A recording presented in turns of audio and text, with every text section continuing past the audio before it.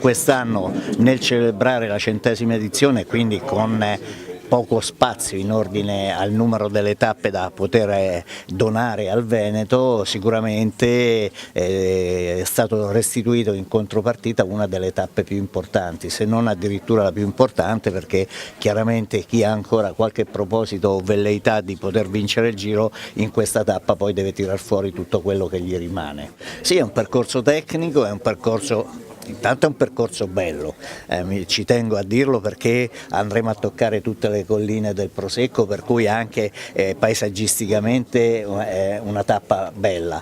Poi sicuramente andremo a toccare anche nel finale un po' quello che è anche la storia della Grande Guerra, che comunque continueremo in qualche modo a ricordare fino al 2018, toccando appunto il Grappa e poi anche il finale sull'altopiano di Asiago. Avremo nell'ultima parte 2 salite importanti, una consecutiva all'altra, quindi senza nessun tipo di respiro, che può dare la possibilità a chi vuole attaccare da lontano di far saltare il banco, quindi anche molto tecnica. L'altro ieri ero ai funerali di Michele, il presidente Zai ha ricordato come fosse sposato a una veneta.